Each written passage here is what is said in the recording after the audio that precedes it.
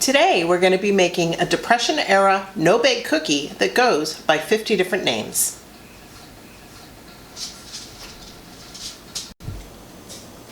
In our house, these are known as Missouri cookies. They use simple ingredients. You cook them in a pot right on top of the stove and then put them out either onto some wax paper or a silicone mat, and they're going to be ready for you to eat in about 15 minutes.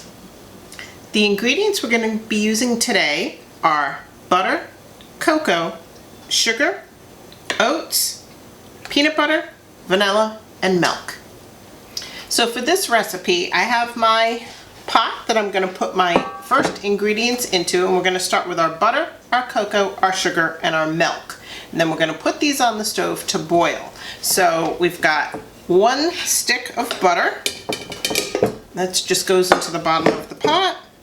We're going to add 2 cups of sugar, 3 tablespoons of cocoa powder. So 1, 2, and this stuff can get a little messy. 3, and then a 1/2 cup of milk. So once I have all these in the pot, we're going to put this over onto the stove, and then I'm going to quickly pre-measure the rest of my ingredients so that they're ready as soon as this comes to a boil. While I'm waiting for the pot to come to a boil on the stove, I'm going to quickly get the rest of my ingredients together. Here I have 3 cups of quick oats. Some people prefer to use rolled oats, but my preference are quick oats. We've got some vanilla, and we have our peanut butter. Now I'm going to be adding a teaspoon of the vanilla and a 1/2 cup of the peanut butter. Now, while I get this peanut butter measured out, these cookies, as I said, go by a lot of different names. As I mentioned, we call them Missouri cookies in our family. Another name they go by is preacher cookies, and one of the stories behind that comes from the 1930s in the Appalachia Mountains, where the women would be waiting for the preacher to call. They would see him coming up the mountain on his horse, and they would quickly be making up something to serve to the preacher when he arrived at their house. And because they were quick and easy to make, it was something that they could offer him as a snack. Now, whether that's accurate or not, the history of no-bake cookies does go back into the Depression time, pre and post World War II, when ingredients were harder to come by. Fuel might have been harder to come by. They were easy to make in the summertime because you didn't have to start an oven or a wood stove oven up to make them. They were a quick treat and enjoyed by people apparently all over the country for years and generations. All right, we've got this stirred up. The butter is melting. It is getting close to a boil. So as this is getting closer, I want to make sure that I scrape the sides of the pan, get all that cocoa mixed in and all that sugar. And then while this is going and getting close, I'm going to go grab those other ingredients that I had already pre-measured and have them ready to go in, and get my trays ready to put these on as soon as I get it mixed up. So I have some wax paper here, and all I'm going to do is rip out a couple sheets, get those out onto these cookie trays, and the only reason I'm doing it on the cookie trays is so that it gives me something firm if I want to pick these up and move them. Now, if you really want to speed up the setting process of the cookies, you can put them in the refrigerator if you choose, but they set up pretty fast. I've never had to do that. I would say that would be something possibly in the middle of summer to do. Okay, this came to a rolling boil. I took it off the top of the wood cook stove, and I am adding my teaspoon of vanilla.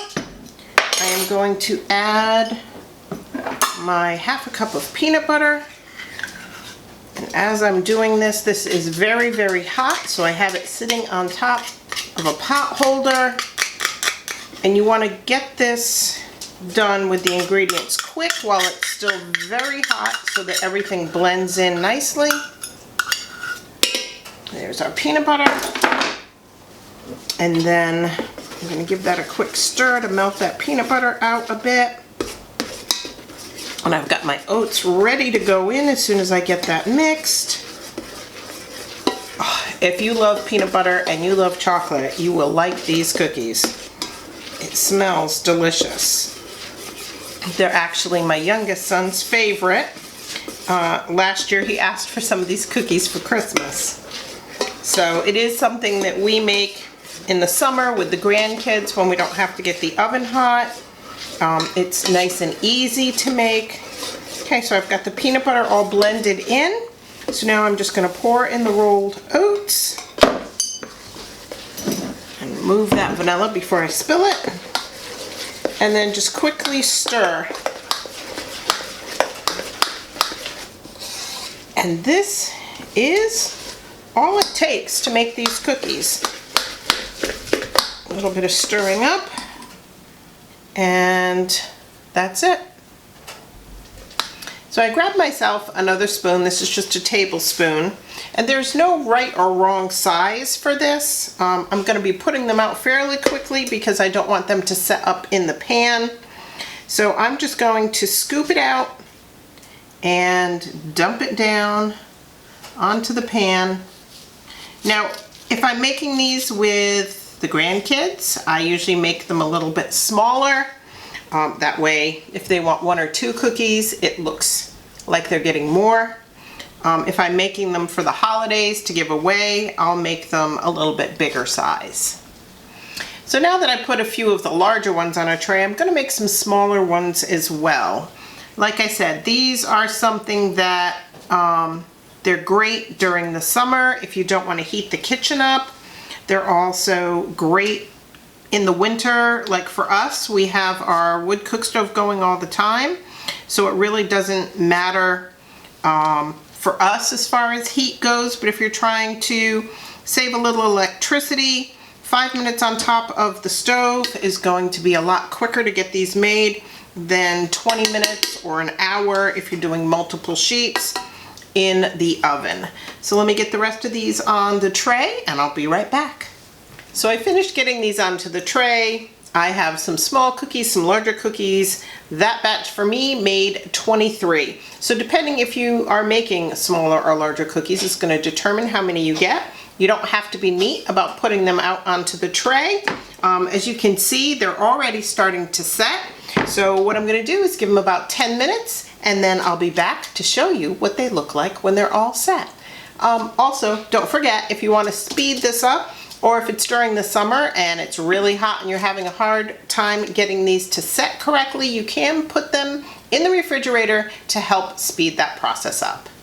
So it's been our 10-minute wait time. I have the first tray off the wax paper, but I wanted to show you on the second tray. Just simply lift the corner of the wax paper. The cookie peels right off. It stays together nice. So now I'm going to get the rest of these off onto the tray. Now if you were going to store these for long term, my suggestion would be to store them with wax paper between layers if you're going to box them up to give them as a gift. If you're going to eat them right away, no need to worry because they'll be gone in a flash. Thanks for joining us for our video today, and remember, if you liked this video, give us a like, and remember to subscribe and share our video with your friends. It really does help us out a lot. Hit that notification bell if you want to be notified the next video that comes up. And until next time, everybody, take care. See ya.